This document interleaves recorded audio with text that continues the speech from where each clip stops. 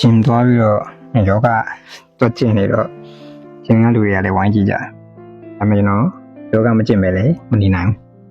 ။ဘာလို့လဲဆိုတော့ကျွန်တော်ပြောပြပေးမယ်။ကျွန်တော်အသက်20ကျော်မှာပေါ့နော်ကျွန်တော်ရဲ့ဝါသနာကိုစတည်ခဲ့တယ်ကျွန်တော်ဂျင်ဆော့ပြီးတော့ခန္ဓာကိုယ်တိဆောက်ရတာကိုဝါသနာပါတယ်။ဒါပေမဲ့ကျွန်တော်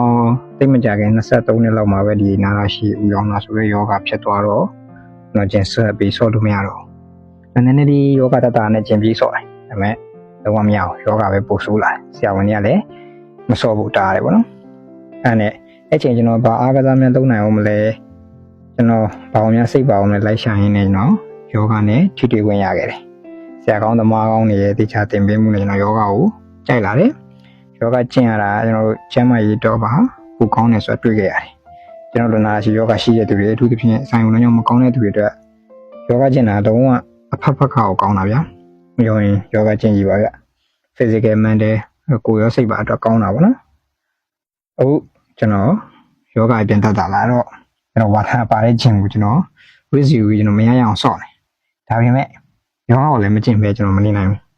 ဘာလို့လဲဆိုတော့ကျွန်တော်ကျန်းမာရေးအတွက်တကယ်ကောင်းကျိုးပေးတာယောဂပေါ့နော်ယောဂကျင့်ရင်ကျွန်တော်ကျန်းမာရေးနေလို့ထိုင်လို့ကောင်းလာတယ်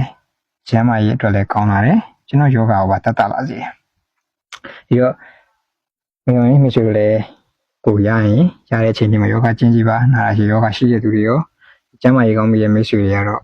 ပိုဆင်ပြေတာပေါ့ဗျာဆင်ပြေရင်ပြေတယ်လို့ယောဂလေးကျင့်ကြည့်ပါမထင်မှလောက်အောင်ကောင်းတဲ့ကောင်းကျိုးတွေတွေ့ရမှာပဲသိကြတယ်ကျွန်တော်တို့ဆင်ပြေခဲ့တယ်ရှေ့ဆက်လေယောဂကိုဆက်ကျင့်သွားအောင်ပါအားလုံးကျန်းမာကြပါစေဗျာ